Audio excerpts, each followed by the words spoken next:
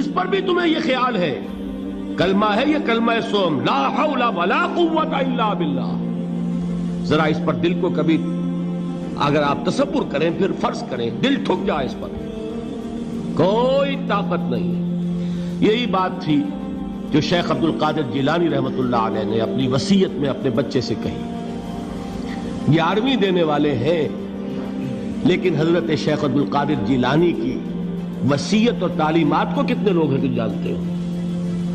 یہ جن مقامات تک پہنچے ہیں وہ کس چیز کی بدولت پہنچے ہیں؟ انہوں نے جو پیغام دیا وہ کیا تھا؟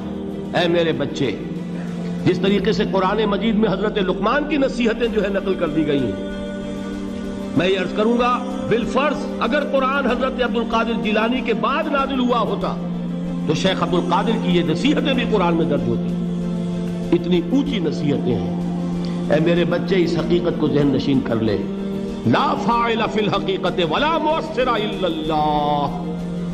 اس کائنات میں نہ کوئی فاعل حقیقی ہے نہ مؤثر حقیقی ہے سوائے اللہ۔ کسی شے میں کوئی تاثیر نہیں اگر اللہ نہ چاہے، آگ جلا نہیں سکتی اگر اللہ نہ چاہے، پانی ڈبو نہیں سکتا اگر اللہ نہ چاہے، زہر ہلاک نہیں کر سکتا اگر اللہ نہ چاہے، کوئی چیز فائدہ نہیں پہنچا سکتی اگر اللہ نہ چاہے۔ تو در در پہ کیوں سر جھکاتے ہو؟ در در پر کیوں جبیں سائی کرتے ہو؟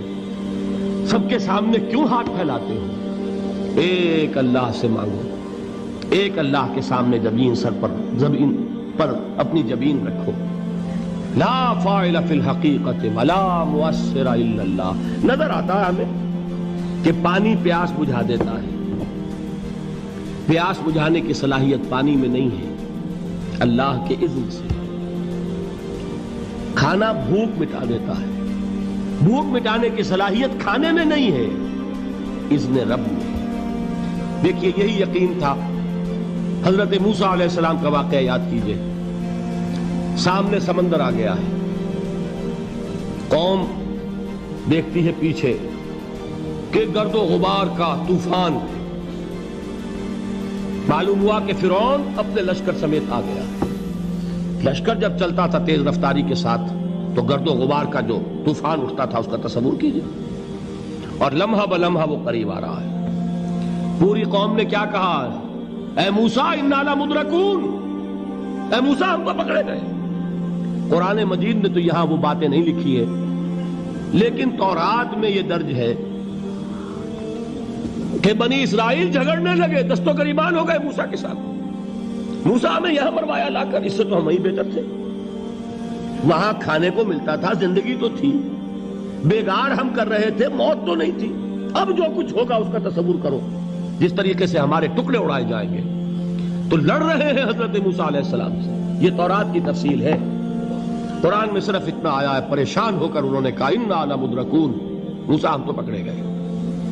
اس وقت موسیٰ کا جواب کیا ہے؟ کلا ان معی ربی سیہدین، نہیں، میرے ساتھ میرا رب ہے، وہ راستہ دے گا۔ بتائیے کہاں راستہ نظر آ رہا ہے؟ یہ ہے ایمان بالغیب۔ راستہ نظر نہ آئے تب اللہ پر یقین ایمان ہے۔ جیب میں پیسے ہوں اور تب دل کو اطمینان ہے تو ایمان کس پر ہوا؟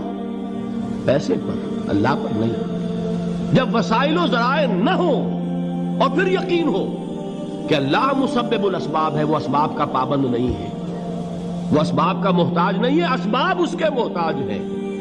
اگر یہ یقین ہے تو اللہ پر ایمان ہے، یہ نہیں ہے تو تمہارا ایمان اسباب پر ہے، وسائل پر ہے، ذرائع پر ہے، مادیات پر ہے، اللہ پر نہیں۔ اس وقت کہاں راستہ تھا؟ کوئی راستہ تھا؟ سمندر ہے اور ادھر سے لشکر آ گیا ہے۔ کلا ان معی ربی سیہدین۔ اب دیکھیے ایمان کہہ دینا آسان ہے، ہوا معکم اینما کنتم، جہاں کہیں بھی تم ہوتے ہو اللہ تمہارے ساتھ ہوتا ہے، لیکن اس کا یقین قائم ہو جائے تو زمین و آسمان کا فرق واقع ہو جائے۔